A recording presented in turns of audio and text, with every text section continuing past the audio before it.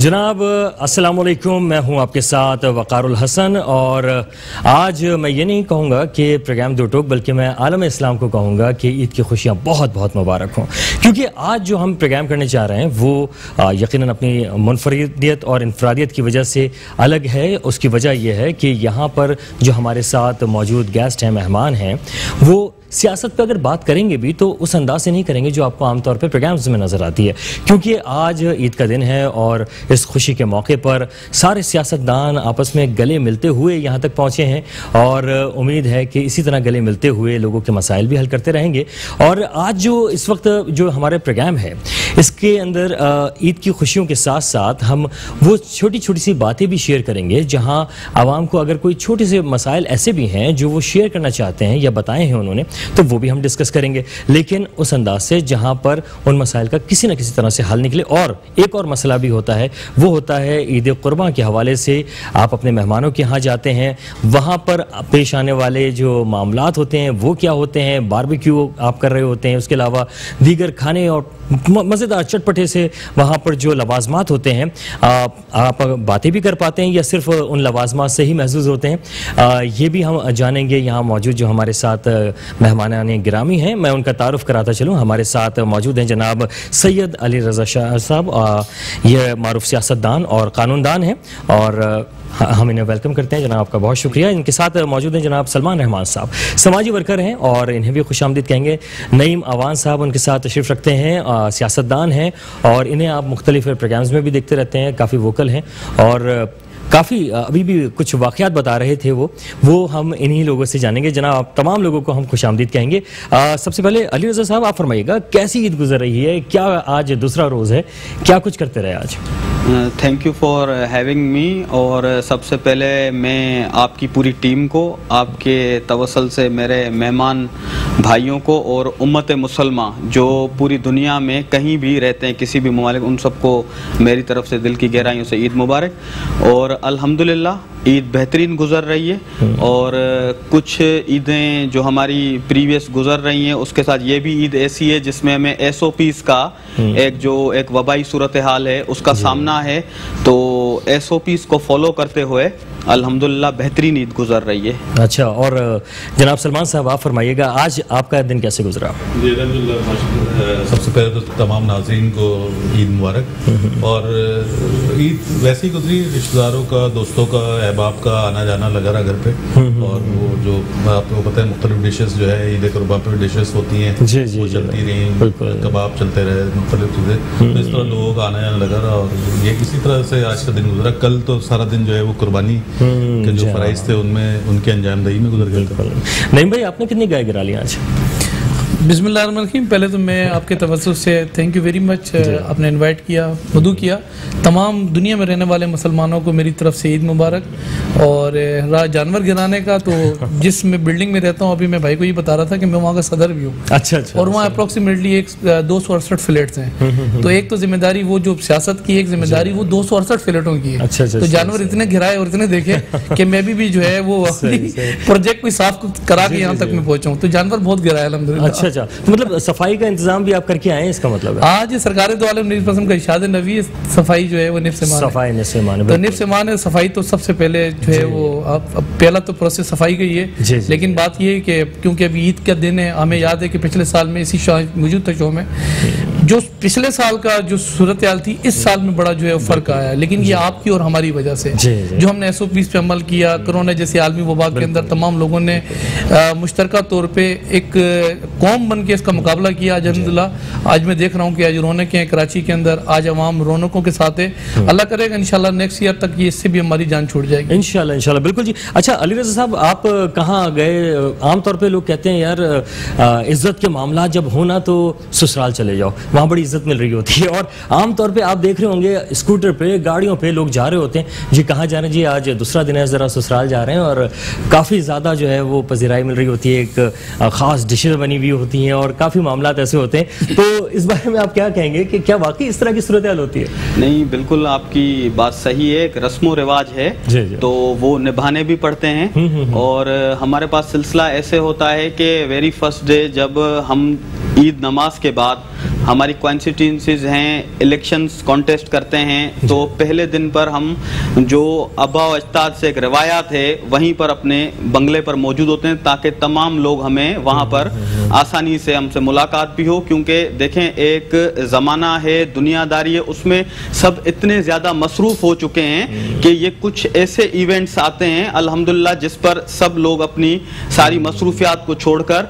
और आप जैसे मेरे जैसे भाई एक दूसरे से मिलते हैं। तो वो पहले दिन का सिलसिला होता है जो शाम तक चलता है, सबसे वहाँ पर मुलाकात होती है। उसके बाद फिर शाम को ये होता है कि रात का एक सिलसिला होता है जो अजीज़ व अकारब जो रिश्तेदार होते हैं उनके साथ एक एहतमाम होता है डिनर का, तो वहाँ पर उनके साथ एक गेट टुगेदर जो रिश्तेदार हैं उनके साथ हो जाती है। फिर जो दूसरे दिन का सिलसिला होता है तो जाहिर सी बात है कि घर में सब जितने शादीशुदा हमारे भाई हैं तो उनको फिर ससुरालों के पास भी जाना पड़ता है, तो ससुराल की तरफ, बिल्कुल सही बात। तो आगे किसी की बातें न सुननी पड़े, तो इसीलिए ये फरीजा भी अल्हम्दुलिल्लाह आज हमने अपना निभा लिया और अब इससे हम आज़ाद हैं। अच्छा, सलमान साहब से पूछेंगे उन्होंने कैसे फरीजा निभाया, क्योंकि एक साहब थे, उनके घर पे जब जाने का इत्तेफाक हुआ तो देखा कि उनका जो शीशा है वो टूटा हुआ था। मैंने उनसे पूछा, यार ये शीशा कैसे टूट गया आपका?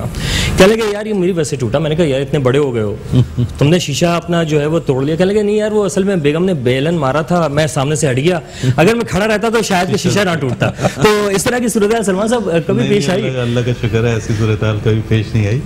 और बस बड़ी खुशरूबी से सारा कल ही इत्तेफाक से कल चले गए थे सब जगह, और आज जो घर में जो लोगों ने आना था तो आपने पहले ही दिन जो है निपटा दिया। जी बिल्कुल निपटा दिया। सही सही, माशाल्लाह माशाल्लाह। आपने कैसे किया, गए या जाने का इत्तेफाक हुआ? काफ़ी अरसा दराज है अल्हम्दुलिल्लाह। एक रूटीन है मेरी, सुबह रूटीन ये होती है कि नमाज पढ़ी, नमाज के बाद फ़ौरन हाज़री होती है अपने इलाके के उस थाने के अंदर जहाँ हमारे SSP जो है वो थाने के जो इंचार्ज मौजूद होते हैं, उनके पास लैंड फोर्सेस के जो इदारे हैं उनके पास हाज़री देना, उनसे सलाम दुआ करना, ईद मिलना। तो उसके बाद एक इदारा है, उस इदारे में जाके जहाँ डिसेबल लोग हैं उनके लिए, बच्चों के लिए जो है वो जो तोहफे होते हैं वो लेके, और 11:30 बजे छुट्टी हो जाती है। 11:30 बजे के बाद अब फिर लाजमी से कुर्बानी का प्रोसेस भी है, उसमें भी जाना। तो अल्हम्दुलिल्लाह कुर्बानी भी हुई, मेहमानों से भी मिले, रिलेटिव से मिले, फैमिली से, हल्का बाप, रिश्तेदारों से। असल में ईद तो होती बच्चों की, जी हाँ बिल्कुल, और अब हम भी माँ बाप के लिए बच्चे ही हैं। जी जी जी। तो बात ये है कि जब पॉलिटिशियन जो सियासतदान होता है बड़ा इजी नजर आता है कि शायद इसके ऊपर जिम्मेदारी घर वालों की होती है, लेकिन घर वालों की नहीं होती, अपने हल्के बाप की सबसे बड़ी जिम्मेदारी होती है। वो जो इलाके वाले इलेक्ट करते हैं, वोट देते हैं, वो देख रहे होते हैं, उनके पास आना जाना लगा रहता है। तो 2 दिन तो मैंने बताया कुछ सफाइयों के मामलात के अंदर उलझे हुए थे, लेकिन कल से जो रूटीन होगी, लोगों से मिलना, लोगों के पास जाना आना, तो इंशाल्लाह वो अपनी रूटीन के अंदर चली आएंगी। सही। अच्छा, आपने बच्चों का जिक्र किया, एक बहुत प्यारी सी बच्ची हमारे साथ मौजूद हैं, हुरैन, और उनके साथ मौजूद हैं जनाब शानी शराज साहब, और ये हमें स्पेशल ईद के हवाले से कुछ सुनाना चाह रहे हैं। आप लोगों को हम खुशामदीद कहेंगे, ईद मुबारक कहेंगे। और जनाब हुरैन, बेटा आप क्या सुनाना चाह रही हैं, आप ये बताइए। जी वालेकुम। आजकल पाकिस्तानी ड्रामा चल रहा है जी, अरे वाह जबरदस्त, तो आइए मिलके सुनते हैं।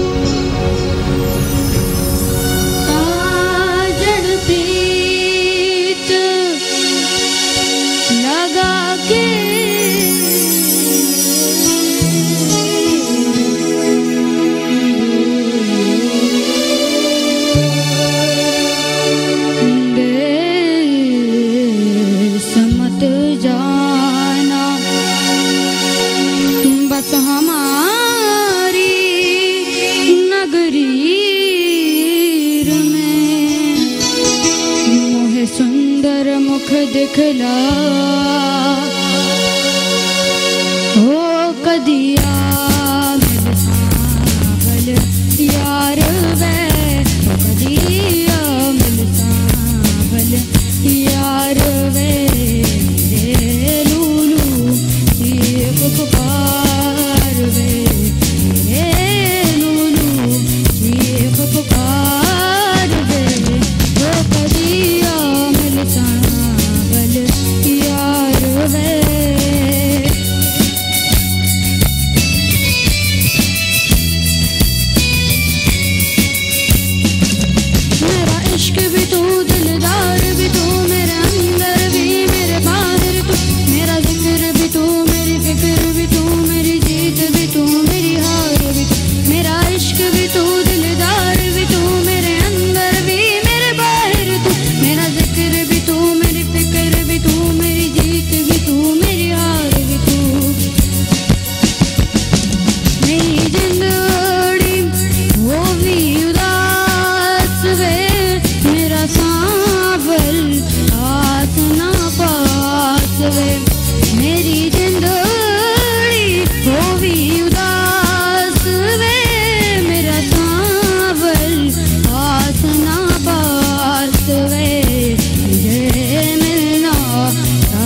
कहाँ वे मुझे मिलना प्यार कहाँ वे ओ कदिया मिल सावल यार वे।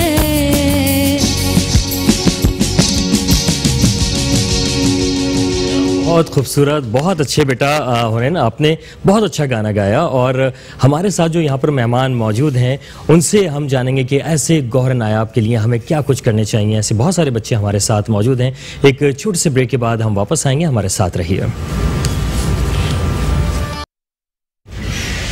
ईद उल अज़हा की खुसूसी नशरियात में एक बार फिर खुशामदीद कहेंगे और एक बार फिर कहेंगे कि तमाम अहलियान वतन को बहुत बहुत ईद मुबारक हो।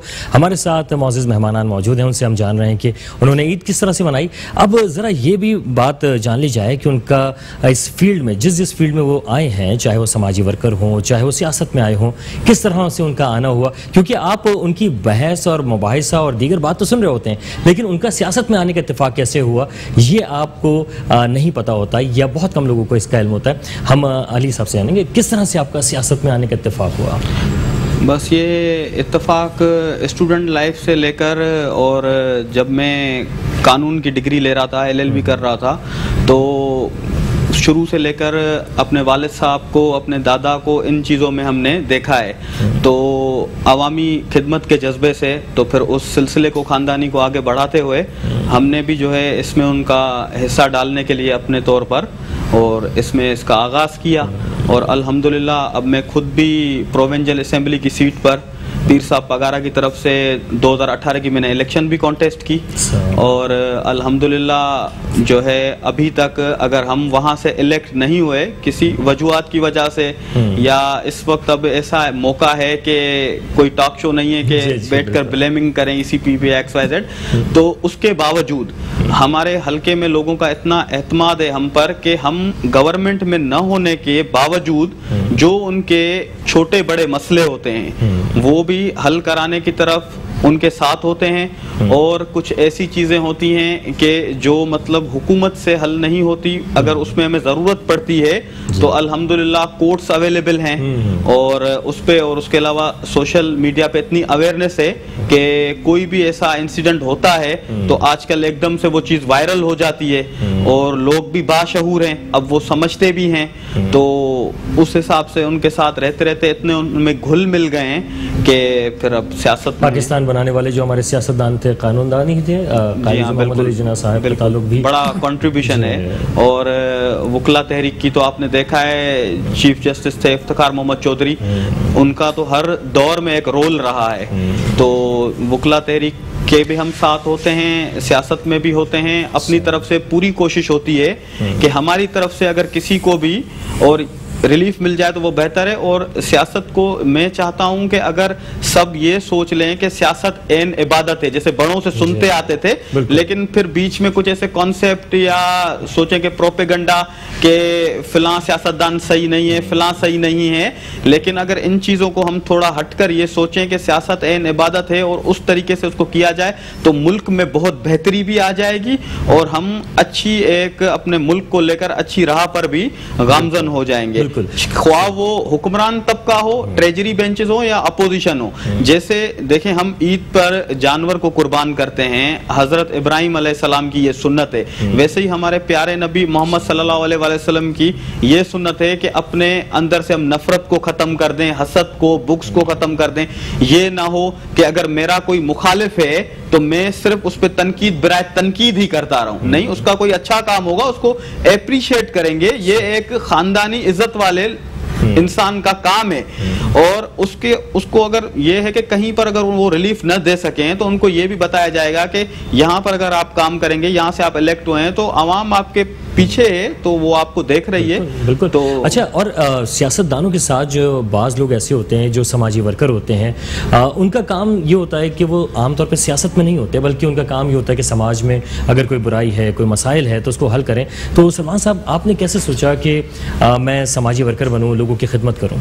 सर, बेसिकली मैं तो मिडल ईस्ट में था, अपना कारोबार करता हूँ, तो सारा बहुत अरसे से ये चीज़ जहन में आती थी कि जी पाकिस्तान में जो प्रॉब्लम्स हैं उनको कैसे हल किया जाए। उसके ऊपर डिस्कशन भी होती थी, लेकिन हर दफ़ा डिस्कशन में यही होता था ना कि जी सियासतदान या लोग अच्छे नहीं हैं। तो उसमें फिर जो है वो जब तक आप खुद आगे नहीं आते तो जब तक कैसे आप बेहतर लोग कैसे एक्सपेक्ट कर सकते हैं कि बेहतर लोग आएँ। तो फिर 2012-13 में ये डिसाइड किया कि जी जब तक हम अपने मुल्क की तरफ कोई मतलब कदम नहीं बढ़ाएंगे, हम खुद काम नहीं करेंगे, जब तक बातें करने से तो मुल्क सही नहीं होगा। तो हमारी भी कोई रिस्पॉन्सिबिलिटी बनती है, इतना अल्लाह ताला ने नवाजा है तो हमारी रिस्पॉन्सिबिलिटी बनती है कि हम जी मुल्क के लिए कुछ करें। तो फिर 2012-13 में ये ख्याल आया और उस वक्त फिर मैंने कोशिश करनी स्टार्ट की, लोगों में मिलना जुलना स्टार्ट किया।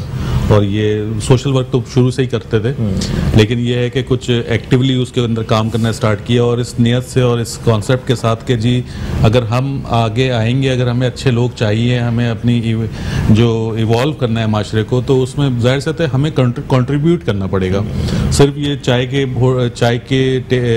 चाय पे डिस्कशंस के अंदर और इस तरह से सिर्फ बातें करने से मुल्क सही नहीं होगा। तो हम सबको आगे बढ़ना पड़ेगा, कदम बढ़ाना पड़ेगा। अगर देखें छीपर साहब हैं और दीगर ऐसे लोग हैं जिन्होंने बहुत छोटे पैमाने पे काम शुरू किया और लेकिन हमारे आपके दोस्त जो हम सारे ही जो बैठ के बड़ी बड़ी गुफ्तगू करते हैं, एक दूसरे को लोगों को बुरा भला कहते हैं, सियासतदानों को कहते हैं, लेकिन ग्राउंड के ऊपर कोई आने को तैयार नहीं है। तो ग्राउंड पे जब आप आते हैं तो आपको पता चलता है यार ये सिचुएशन वैसी नहीं है। जो लोग ये बेचारे काम कर रहे हैं जिस सिचुएशन में, जिस माहौल के अंदर और जो इनके ऑब्स्टिकल्स हैं, जो लिमिटेशंस हैं, उनके साथ जो काम कर रहे हैं, तो ऐसा नहीं है कि हर सियासतदान बुरा है या हर समाजी कोई सोशल वर्क कर ही नहीं रहा। ग्राउंड के ऊपर बहुत सारी लिमिटेशंस हैं। तो जब आप ग्राउंड के ऊपर आते हैं, जब आप इनिशिएटिव लेते हैं तो आपको पता चलता है। तो इसी तरह फिर मेरा सिलसिला भी स्टार्ट हुआ और मैंने फिर वो काम करना स्टार्ट किया, लोगों के साथ मुख्तलिफ तंजीमों के साथ काम करना स्टार्ट किया, कुछ सियासत में भी हिस्सा लिया और यही रास्ता बेहतर लगा कि जी हमें जब तक हम खुद कंट्रीब्यूट नहीं करेंगे तो हम उन मसाइल। लेकिन आज से फॉर एग्जांपल जब मैं आज से 10 साल पहले जो मेरी अंडरस्टैंडिंग थी अबाउट सियासत, अबाउट मुल्क के मसाइल, और जो हम कहते थे ये कुछ करते ही नहीं है ना, ऐसा नहीं है। लोग अपने अपने कैपेसिटी के अंदर काम करने की कोशिश करते हैं, मैंने देखा है। लेकिन मुल्क के मसाइल बहुत बड़े हैं, उनको कोई एक जमात, कोई चंद लोग मिलकर नहीं कर सकते। जब तक एक आम आदमी जो है वो अपनी रिस्पॉन्सिबिलिटी समझेगा नहीं और आम आदमी जो है वो इनिशिएटिव लेना स्टार्ट नहीं करेगा, जब तक ये मसाइल जो है कभी हल नहीं होंगे। हम दुनिया में बहुत एक्सपोजर है, दुनिया में हर जगह गए आए, वहाँ पे भी यही देखा कि जी वो जो आम आदमी है जो अपनी रिस्पॉन्सिबिलिटी निभा रहा है ना, वो सबसे इम्पोर्टेंट चीज़ है। और हमारे यहाँ इस चीज़ की लैकिंग है। हमारे यहाँ जो आम आदमी है वो अपनी रिस्पॉन्सिबिलिटी से भाग रहा है, वो काम जो है और सारा मलबा जो है वो हमने डाला हुआ है कि लीडरशिप के ऊपर, सियासतदानों पर डाल देते। बिल्कुल तो ऐसा नहीं है, हमें अपनी रिस्पॉन्सिबिलिटी करनी पड़ेगी, अपने हिस्से का काम हमें करना पड़ेगा, फिर उसके बाद जो है हम दूसरों को ब्लेम कर सकते हैं। अच्छा नईम भाई, आपका सियासत में आने का इत्तेफाक कैसे हुआ? क्या आप किसी से मुतासिर थे शख्सियत से, या आपने सोचा नहीं यार लोगों के काम आना है? देखिए मैं सेकंड करूंगा भाई को, बेसिकली सियासत जो है वो इबादत का नाम है। अगर बड़े बड़े पहाड़ चढ़ने आपने तो आपने झुकना है, आजी लानी। अगर आप झुकते नहीं तो पहाड़ सर्द नहीं कर सकते कभी भी। तो आजी एक ऐसी चीज़ है जब जिस इंसान के अंदर मौजूद है तो उसमें लीडरशिप मौजूद है, जिसको कहते हैं एहसास लीडरशिप को कहते हैं। और लीडर हार मानी जनती है, मतलब बहुत कम होते हैं। अगर मैं बात करूं फिर लीडरशिप कहते हैं शिपमेंट जब वो ट्रांसफ़र करना, जो आपने सीखा है, जैसे आपको अपने एक बात की 1954 के अंदर मुझे याद है टावर पे एक साहब जो है वो 2 थान कपड़े के बेचता था। तो बहरहाल वहाँ लड़ाई हो गई, 2 नौजवान लड़ गए। जब उसने देखा कि छुरियाँ चल गई वहाँ, जब छुरियाँ चली तो हुआ ये कि उसमें ज़ख्मी हो गए। वो चलाता रहा कि इनको उठाएं, अस्पताल तक पहुँचाएं, इनको फर्स्ट एड दें, लेकिन कोई नहीं आया। फिर उसने हिम्मत की, उनको उठा के अस्पताल तक पहुँचाया। उस वक्त लोगों के इतने सोर्सेज नहीं थे कि वो कपड़ा खरीदते, लेकिन उस धूप गर्मी के अंदर वो कपड़े बेचता था। तो उस शख्स में एहसास था। आज अगर मैं बात करूं, क्योंकि अपने अब्दुल सत्तार ईदी की बात की, तो वो अब्दुल सत्तार ईदी था क्योंकि उसमें एहसास था और लीडर था, तो उसने लोगों के लिए खिदमत की। तो दुनिया के अंदर एक रवाज रहा है, कभी भी इनकलाब आया तो वो नौजवान इनकलाब लेकर आए। तो छोटे छोटे थोड़े थोड़े कतरों से झीलें बनती हैं, दरिया बनते हैं और समंदर बन जाते हैं। हर बंदा अपने हिस्से का काम करता है और कोशिश करता है कि कुछ ना कुछ डिलीवर कर जाए। तो मेरे साथ भी जो लोग जुड़े हुए होता है ये, जब आप सियासत में जाते हैं, जब मैंने सियासत स्टार्ट की थी तो मुझे याद है कराची की सियासत, वो कहते थे बड़े जालिम में तेरे शहर के लोग और बड़े जालिम में मेरे शहर के लोग, कत्ल करते और पूछते हैं जनाजा किसका है। वो वक्त था कराची का। और उस वक्त सबसे जो मुझे उस वक्त जो इश्यूज सामने आए थे, मेरी अपनी फैमिली मेरे खिलाफ 4 साल बायकाट किया, सोशल बायकाट, मैं खुद खाना बनाना।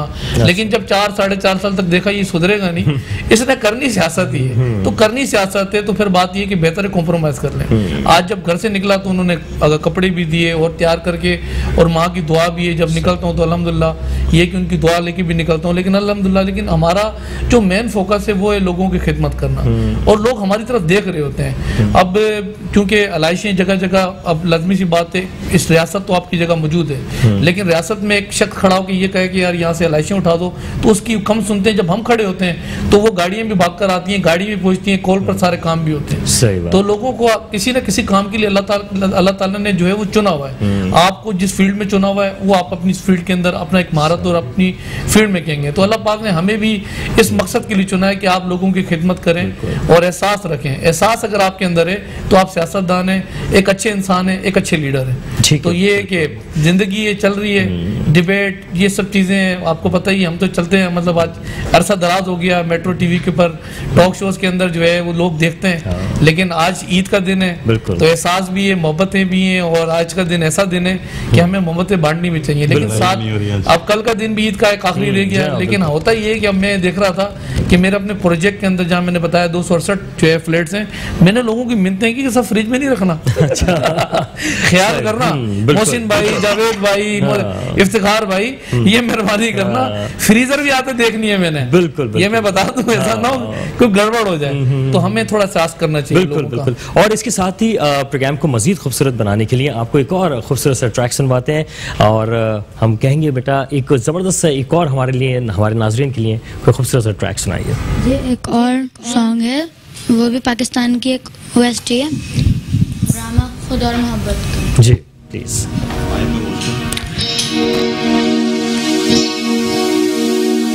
ताबीज़ बना के मैं पहनूं तुझे, दिल घर है खुदा का, ना छोड़ इसे। मांगू मैं अब क्या रब से, पाया है तुझको जब से, इश्क तेरा हम पे तारी रक्स में जहाँ, कर सजदा एक खुदा को, पढ़ कर माया मैं दुआ दूं, दोनों ही खुदा और मोहब्बत। कर सजदा एक खुदा को, पढ़ कर माया मैं दुआ दूं, दोनों ही खुदा और मोहब्बत।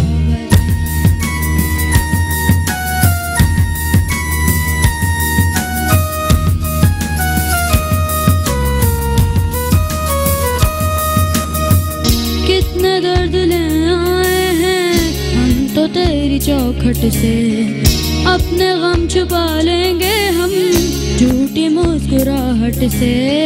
भीगी भीगी पलकों में अक्स तेरा रहता है, आँख से झलक जाए तो प्यार तेरा बहता है। मांगू मैं अब क्या रब से, पाया है तुझको जब से, इश्क तेरा हम पे तारी रक्स में जहाँ, कर सजदा एक खुदा को, पढ़ कर माया मैं दुआ दूं, दोनों एक खुदा और मोहब्बत।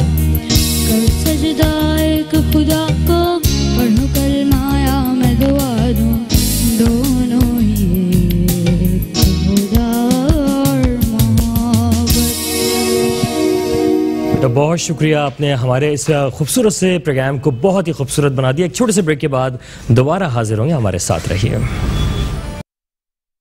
जनाब। और ईद की जो खुसूसी ट्रांसमिशन है इसमें एक बार फिर खुशामदीद कहेंगे। और अब तक जो हमारे साथ लोग मौजूद हैं उनसे हमने ये जान लिया कि उनका सियासत में आना कैसे हुआ, ससुराल चले गए नहीं गए, क्या कुछ लवाजमात उनके सामने पेश किए गए। लेकिन हमने ये नहीं जाना कि रिश्ता अज़दवाज में जब बंधने जा रहे थे तो उसके पीछे क्या कुछ मामलात रहे, कि क्या वो अरेंज मैरिज रही या लव मैरिज थी। अली भाई से पूछते हैं, अली भाई क्या सिलसिला बना, क्या मामलात रहे, बताइएगा। जी अल्हम्दुलिल्लाह मेरी तो अरेंज मैरिज थी, और वो सारी वालिदैन की तरफ से ही थी, और रिश्तेदार ही हैं हमारे, तो वहीं से मेरा ये रिश्ता हुआ। और ये तो देखें बातें होती हैं, नसीब की ऊपर लोहे कलम पे लिखा होता है ये एक चीज़, ये मुझे पता नहीं है कि कहाँ से मेरी शादी होनी थी, ये मेरे भाइयों को नहीं, पर ये ऊपर से सारे मामला होते हैं। लेकिन ये है कि सेलिब्रेशन यहाँ पर होती है क्योंकि यहीं पर हम इस दुनिया में रहते हैं, रस्म रिवाज यहीं पर निभाने होते हैं। और आजकल बस ये है कि कॉन्सेप्ट है लव मैरिज का भी कुछ ज्यादा है, और उसमें ये है कि अच्छे तरीके से एक रिश्ता चल जाए और पाया तकमील तक पहुंचे तो वो बेहतर है। वरना हम तो यकीन करें कि एज अ लॉयर ये भी देखते हैं कि डाइवोर्स का रेशो 90% हमारे पास ऐसे ऐसे केसेस आते हैं। फिर जब मैं उनसे पूछता हूं कि भाई आप इतने थोड़े अरसे में क्यों एक दूसरे से अलग होना चाहते हो, ऐसे मामलात क्या थे, क्या आपकी फैमिली ने जबरदस्ती आपकी शादी की? कहीं नहीं, हमारी फैमिली तो इन्वॉल्व ही नहीं थी, हमारी तो लव मैरिज थी। तो ये है कि नौजवान जो हमारी भाई बहन हैं उनको भी ये देखें, ऐसा फैसला है कि सोच समझ के जल्दबाजी में नहीं किया जा सकता। और अगर आपकी लव मैरिज है या अरेंज मैरिज है, उसमें भी अगर ये है कि अरेंज मैरिज है, अगर मैं किसी से सेटिस्फाई नहीं हूं, मेरे वो रिलेटिव हैं, तो मैं अपनी जो मेरी खुद की जो राय है मैं बता सकता हूं। वालिदैन देखें, हमारे पास एक कॉन्सेप्ट है कि हम शेयर नहीं करते बातें, और वो जो डर होता है वो हमें मरवा देता है। तो अगर हम अपने माँ से, अपने बाप से, उनसे ज्यादा हमें अजीज कोई और दोस्त नहीं मिलेगा। अगर हम उनसे शेयरिंग करेंगे तो हो सकता है कोई अच्छा रास्ता निकल जाए। लेकिन अल्हम्दुलिल्लाह अब मेरी तो हो चुकी है और खुश भी हूँ। और खुश है माशाल्लाह, सबसे अच्छी बात है कि खुश है माशाल्लाह। तो आपके तवस्सुल से यही मैं नौजवानों को भी पैगाम देना चाहूंगा कि ये देखे ना, ये तो वो कहते हैं ना कि ये मोतीचूर का वो लड्डू है, जो खाए वो भी पछता है, जो न खाए वो, लेकिन ये खा लेना चाहिए। बिल्कुल। सलोनी आपने कैसे खाया ये? सर इन्होंने कहा ना जैसे कि जोड़े तो आसमानों में बनते हैं, तो ये बात हकीकत है। अच्छा, दो जो तरह के जोड़े बनते हैं, एक आसमान पे बनते हैं वो अलग होते हैं, और जो दर्जी के पास बनते हैं वो अलग है। उससे भी बड़े मसाइल होते हैं। लेकिन इससे तो फर्क पड़ता ही नहीं है कि जी लव हो अरेंज हो। जब आपका ये ईमान है कि जी जो अल्लाह ताला ने पहले से ही मामला तय कर दिए हैं, और जिस तरह आपकी जिंदगी चलनी है वो भी लिख दी गई है, तो आपको सिर्फ इतना ख्याल रखना चाहिए कि जो आप अपने मामलात हैं उनको खुश असलूबी से लेके चलें। तो वो जो जोड़े तो आपको पता है आसमानों में बनते हैं, इसी तरह से बन गया था पहले से। माशाल्लाह बन गया। नहीं भाई, आपने किस तरह से इसको कंप्लीट किया, जोड़ा कहाँ और कैसे बना आपका? आपके पास शायद होता है, कल मुझे कहने लगा नहीं भाई आप कॉल रिसीव नहीं करते। मैंने कहा पागल, ये तो इल्जाम लगाना बंद कर। अच्छा। इस कॉल पे भी जो है वो जो है मैं कॉल करता हूँ, उसका अगर पूछना हो तो भाभी साहब पूछ लेना। गलती से मिस कॉल आई थी और आज तक जो है वो मिस कॉल गले में अटकी। दुनिया के अंदर मैं समझता हूँ कि वो कामयाब तरीन इंसान है जिसकी औलाद नेक है, क्योंकि औलाद नेक नहीं है ना, आस पड़ोस से आपके पास कुछ ना कुछ चलता रहता है। किसी का दरवाजा बजा दिया, किसी का जो है वो गाड़ी को जो है वो कर दिया, किसी को बॉल मार दिया। अगर औलाद नेक नहीं है, जवान हो गई तो कोई ना कोई इंसिडेंट होते हैं। जिसकी पड़ोस नेक नहीं है उसके लिए भी दुनिया अजाब है कि भाई टाइम पे तुमने कील क्यों मारी, बे टाइम के ऊपर, बे टाइम जो है तुम्हारी घंटी क्यों बजी, बे टाइम के ऊपर कचरा क्यों रखा, मेरी पार्किंग में गाड़ी खड़ी की। जिसका पड़ोस नेक नहीं है और जिसकी बीवी नेक नहीं है ना सर, उसकी भी दुनिया तबाह है। बिल्कुल। तुम्हारे ससुराल वाले, मेरे वो मेके वाले, तुम्हारे माँ बाप की जिम्मेदारी में क्यों लूं। अल्हम्दुलिल्लाह में बीवियां भी नेक मिली। अच्छा माशाल्लाह, अल्लाह का शुक्र है। और बात ये कि जब बच्चा इंसान छोटा होता है तो लाजमी सी बात की शनाख्त का बाप होता है। सही। जैसे हमारी शनाख्त हमारा वालिद, हम जब मस्ती करते थे तो हमें याद है कि हमें उस गुस्सा करने से पहले, हाथ पकड़ने से पहले पूछते थे ये किसका बेटा आस पड़ोस से, तो बताते थे यार ये मंजूर अमान का बेटा है। अब जब मैं खुद जवान हुआ हूँ तो अब हमारी अपनी शनाख्त है। उसकी मिसाल ऐसे है कि मैं, क्योंकि मैं खुद जगह जहाँ रहता हूँ तो वहाँ चुनगी पे एग्रोजमेंट हो रही थी, तो मेरे वाले साहब पुलिस से रिटायर हुए, आर्मी उन्होंने अपनी काफ़ी टाइम दिया आर्मी के अंदर भी।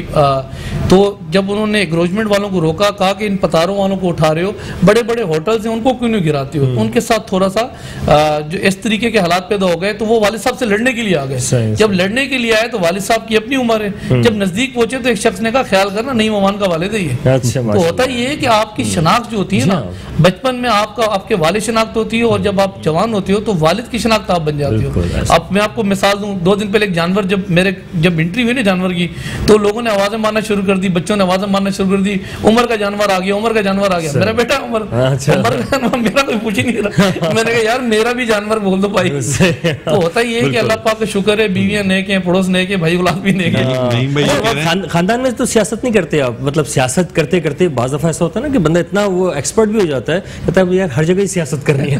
तो क्या खानदान में भी सियासत करते हैं? सियासत तो भाई बात ये है कि हर जगह होती है। अच्छा, हाँ बिल्कुल होती है सियासत, झूठ नहीं कहूंगा। उसकी वजह ये है कि अगर पहले दिन जाना है ना ससुराल, तो सियासत खेल जाते हैं, दूसरे दिन जाएंगे। ये वजह है, ये मजबूरी है, ये प्रॉब्लम्स हैं। तो सियासत तो भाई हर जगह। नईम भाई जो है वो शीशा नहीं तोड़ने देते। बिल्कुल बिल्कुल, नईम भाई शीशा टूटने नहीं देते, जो आप कह रहे थे ना शीशा। जी जी जी जी, नहीं भाई शीशा। वो कहते हैं ना कि जनाब ये चोट का निशान, जी हाँ मैं शादीशुदा हूँ, तो इसका मतलब है चोट का निशान कैसे आता है। लेकिन बहरहाल मैं बहुत शुक्रगुजार हूँ अपने मेहमानों का कि आप तशरीफ़ लाए, रौनक बख्शी आपने हमारे प्रोग्राम को, और आज इस ईद के मौके को बहुत ही खूबसूरत बनाया। और इस खूबसूरत से मौके पर और मज़ीद प्रोग्राम को खूबसूरत बनाने के लिए हम एक और गाना सुनेंगे और हुरैन की जानिब जाएंगे। बेटा एक ज़बरदस्त सा ऐसा गाना, गौहर नायाब आप हैं हमारे लिए, और आप एक ऐसा हीरा हैं जिसके लिए हम समझते हैं कि पूरी दुनिया में आप चमकती हुई नजर आएंगी इंशाल्लाह। सुनाइएगा।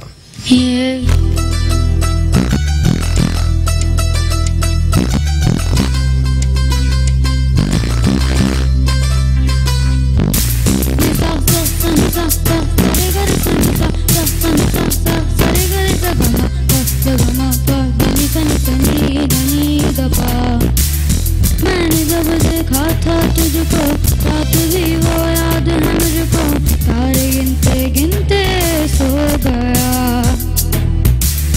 दिल मेरा धड़का था कस के, कुछ कहा था तूने हंस के, मैं उसी पल तेरा हो गया।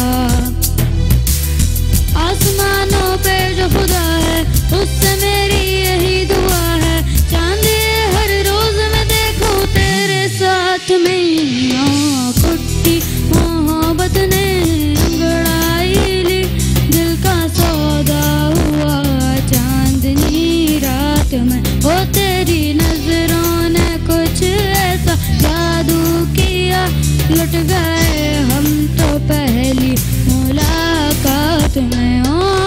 कुट्टी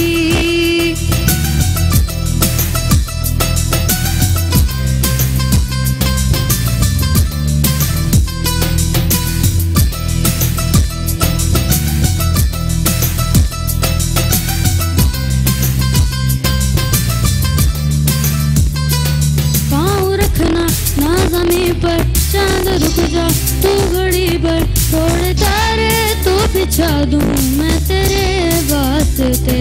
आज़मा ले मुझको यारा, तू जरा सा कर इशारा, दिल जला के जगमगा दूं मैं तेरे वास्ते।